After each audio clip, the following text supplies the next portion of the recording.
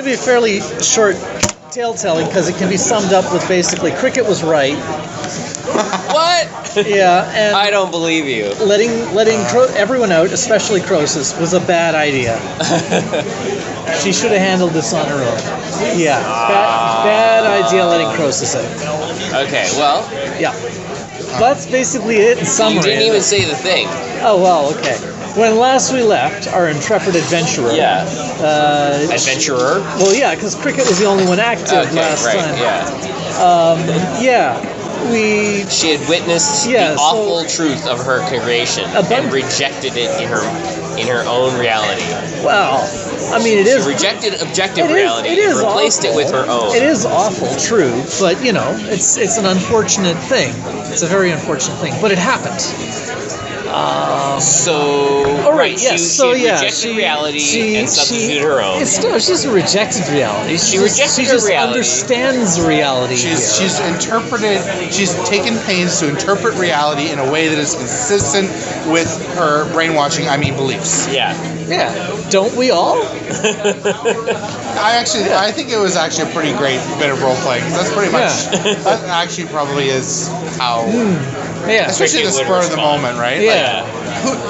Especially at the spur of the moment. Yeah. Yeah. So. It's unfortunate they have to kill people to make domestics, but apparently they have to kill people to make domestics. At least the first round. And I can understand. Yes. And phase 2 will wind here down. Enter the rationalizations. The Empire of Endless Flowers is winding down the evil. Right. Yeah. You can't just stop being evil instantly overnight. Right, like oil. Yeah, exactly. We need to finish selling the stuff that we can before. Anyway, whatever. Yeah. And she can still believe that domestics are ending slavery because she has no hard evidence that means Cricket has a soul. It just means they had to kill someone to make Cricket. Right. Yeah. But they're still soulless. So. But I think the party's going to have a lot more ammunition. The second generation is cruelty-free domestics. Right. So, yes. yeah. This is where we started the session. Free range, open. Yes. Yes. So anyway, there were a bunch of these traitor technicians that started fireballing. Yeah, we find out in this session they definitely are time wizards because when we kill them, they do the melting thing. Right. I actually was a little bit. I mean, when you were talking about how they were using some language that no one understood. You know, I couldn't remember. Did the time wizards have their own language? They have talked in language you don't understand before. It's been a while since we've confronted them on that sort of on a social level. Also, Hank has had the helm of languages for a while. Yeah. So the last several times you've interacted with them, it was irrelevant. Just understand. But Hank understands. Hank was in the basement. Yeah. So and Cricket doesn't understand the language. I think where we actually left off was you. I had opened the basement. And I was about to open the basement. I used the sending stones to tell everyone under no circumstances can Croesus be allowed out of the basement. Right. And of course, the moment I opened the basement, was there, the moment I open the basement, he teleports out. Right. He heard. Yeah. Well, I mean, it's an open channel, but still. And so before. But no one else seemed to make any effort even to stop him. Because that's not entirely true. Because Serendipity was going to try, and she would have won initiative. Yeah. But we worked it out, and because it takes a move action to get to the top. Like there was no way that anyone could do anything that would prevent Croesus from teleporting out because he readied an action, right? So even if they were all ready actions, they can only do a standard. There's nothing that they can do to get out and stop Croesus. Yeah. So no one can stop it. Yeah. So I shouldn't have opened the basement. I really shouldn't. If I look back at this campaign and I think, what was the number one single error that you committed? That you could, if you could just take one action, what would it be? It'd be opening that basement. Well, it is time travel, so messing with our own personal time. I did have a plan for doing a do-over in a safe way. If Cricket had fled the field immediately, then let the party out and told them, okay, I can't tell you anything about what happened except that there are traitor technicians in the, etc. Now I need the last 5 minutes of my memory wiped. Right. I think we could have done that. But now that everyone's running around everywhere, I don't think they all came out and then did what? Well, I told them, those traitor techs on the balcony, those are the ones that you need to kill. Do not kill any of the other serpent priestesses and priests. They're allied, and the Warforged are, at least in this particular instance, operating in our favor. So leave the Warforged alone. So they all piled out of the basement. I think Croesus went first because he did the teleport thing. But when he was ready to action, Hank marked Croesus and told him, "Don't attack anyone you're not supposed to attack, or I'll use my mark to teleport you back." Yeah. And Croesus was just baffled. Like, why are we, attacking our own allies just because of what Cricket says? Because Cricket is good and wise and smart and knows what's going on, and you guys have no idea what's going on, and Croesus is a known crazy person who's going to ruin everything. They all jump out of the basement. The High Priestess of Freedom, who's down there still, she does some kind of super high level thing. She says, "Okay, everyone, calm down." And so everyone on the board is dazed. Was it save ends or just for a round? Just for a round. Just for a round. And then she withdrew to the main door and just sort of held the door, not really sure. I don't think she knew what she needed to do or what was appropriate, but good to have the option to flee or whatever. So that's where she spent the combat, was just at the door. She sort of semi-closed it and was watching through the door what's going on. Right. But yeah, everyone calmed down for a round. Cricket stayed calm for the rest of the combat because she'd been told to. So yeah, the next round was everyone was dazed. So not a lot happened in that round. But the party wasn't dazed because they were in the basement when it happened. Which is why they came out. And everyone did all this because that's right. Everyone got to act before the party actually got out because when we left it was the enemy's turn. Right. And so the traitor techs. I don't remember what they exactly did. Maybe fought the Warforged? I think they started trying to kill priestesses. Some of them killed priestesses, some of them fought Warforged. Some of them, instead of being where they were, started moving towards where Katrina was. Right. And then it was everyone was dazed, that's right. Right, so they could only do one action, and they were mostly ranged, and the Warforged had dropped down right next to them. So a lot of them used their backup melee ability, which kind of stuck for them. Oh yeah, that's another thing. John let us, since a lot of the party was dazed and in basements and stuff like that, he initially gave us the sheets for the Warforged so that we could run the Warforged. Right. Also, I didn't want to be fighting myself the whole combat. Yeah. So I just gave the Warforged to them, and so they took the Warforged turn before anything could really happen. The Warforged were actually doing quite well against these traitor techs because, as John says, they're ranged specialists, and the Warforged were right next to them. Right. And the Warforged were melee monsters. They have a knockdown ability and all sorts of stuff like that. So yeah, that was when the full level of my error sort of became apparent to me. I was like, these Warforged are pretty tough. I think that them plus Cricket could probably have taken the traitor techs. Yeah, it's interesting. Obviously they must have failed the first time. Yeah, but in the original timeline. But Cricket. But it probably was a very close fight. Yeah. As I say, this is my fundamental error of this campaign. Right. But we'll see how it plays out, I suppose. Although even in the original timeline, they might have all died. The key is that they successfully prevented Cricket from being created, which I think the party did definitely help with. Oh yes. Well, they nuked Katrina instantly off the bat. Right. Yeah. Presumably the next round they would have gone to the real target, which is the goat. Right. But I interfered and saved Katrina right off the bat. So now suddenly it's not an insta-win for them. It's an actual fight. So the first thing, after all the Warforged had gone, Croesus teleported over to where a traitor tech had come right up to Katrina and attacked her, despite the fact there was a Warforged there. And he attacked the traitor tech. And we worked it all out, and I remember he got 30 on his attack roll. He got 32. Yeah. But because he was marked by Hank, and that reduced his roll to 30. And their AC was 32. So if it hadn't been for the mark, he would have hit the traitor tech.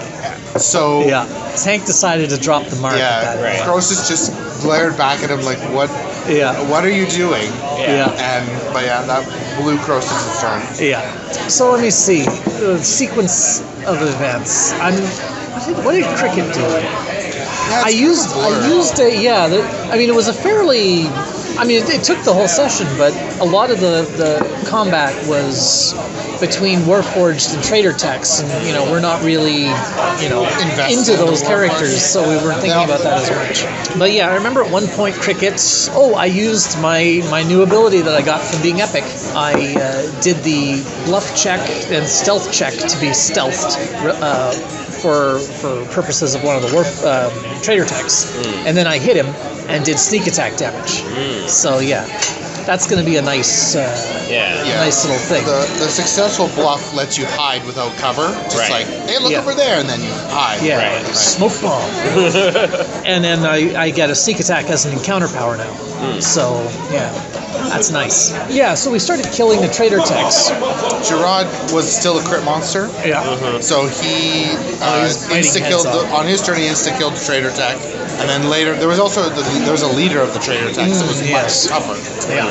And he did the same thing on him, but didn't successfully. He was an elite. Right. So he was like he had enough hit points to not die. Yeah, he had enough hit points to not hit the. If you do half hit points, you get instant death. But then these guys were melting into goo just like this. Yeah. They every time you kill one, they get this smile on their face. Yay! I get to stop existing now, and then they fade out. So they're definitely time mages. Yeah. Or doppelgangers, or however you want to call it. Yeah, we sort of discussed that about how the terminology time mage is not super accurate. I mean, they travel in time, but that was what you first encountered them as. But it's probably true. Doppelgangers or like void creatures is probably a better description, but they still just call them time mages. So we sort of do a bunch of mop up, and then when they were down to like the leader was left, and there was one other one or something like that. The leader started shouting at the party about how the creation of domestics is evil. You have to help us stop it. And then he starts trying to explain. And really gonna let this go on? And all the Warforged, they all started going blah blah blah blah blah blah blah to try and drown out. Especially because after that he started explaining in great detail exactly how the machinery worked. Yeah. So that Serendipity got a +5 on her Arcana check when she checked it out. But the Warforged all started shouting over. Blah, blah, blah. So did he reveal whether Cricket has a soul or not? He didn't reveal. Just explain. He started describing how the equipment worked. So then after the fight concluded, we killed those guys. The rest of the surviving priests and priestesses of freedom escaped the room.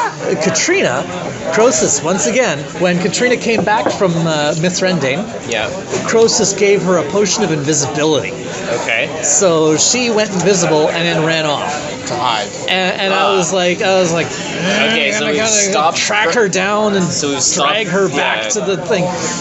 But one of the Warforged was able to track her down. So unfortunately, she had a very poor stealth check. So even though she was invisible, people could tell where she was. And the Warforged just went over to her. I thought it would have been neat if Cricket had to do it, but because I had a pretty good percept. Right. Please do this. Yes. All the other former slaves are still in glass tubes because they didn't get. And they've all been pounding on. Right. And I'm like, you don't want to be out here. There's a huge fight going on. You're safer in the tubes. Yeah. But they weren't listening to me. So after that was concluded, Serendipity Van Goldstrand and Laura Toppler Towers, Soul Strides around Doom Delayer, did an Arcana check on the equipment. I'm trying to herd everyone back to the basement. I'm like, okay, we've done what we needed to do. Right. We have to try and disrupt the timeline as little as possible, so everyone back. Yeah. And Croesus is like, no, I want to see them turn the goat into you. And we should let these other people go. Yeah. Because he hasn't clued in on what's going on. Yeah. Right. Yeah. And everyone made checks, but he didn't. In fact, during the fight, after he gave the potion of invisibility to Katrina, he then went over to protect the goat that was going to be Cricket, because he was like, we can still let these slaves free. We just got to protect this goat. That's all that matters, right? He's still a little dumb about it. Well, I would have been my second priority too, but I was busy with all the things, and then after that, I was busy trying to get everyone to go back to the basement. Yeah. And even though I stressed the ultimate urgency of all this and said, please trust me, They didn't trust me. And so Serendipity Van Gogh started Malor, Toppler Tower, Chef Soul Shot Time, Doom Delay. Did an Arcana check on the equipment. And then John took Shannon aside into the little room. And I have no idea what he told her. But we did hear this wonderful gasp. Shannon gave like that. It was hilarious. So yeah. So we'll see. Yeah. Which we didn't. And that's where it ended. Not quite, but we didn't have time for that. Yeah. So then the party started talking about what they were going to do next. Well, and Croesus just ignored that and started going to free the slaves. He started and in his mind, why not, right? Why wouldn't we free these slaves? Yeah. So yeah, he went to one of the glass tubes and he started pounding on it to smash it. So I cast, what was it called? It's some kind of sleep spell. Yeah, basically I have a daily that if it hits, it puts you to sleep, save ends. Yeah. So I knocked out Croesus.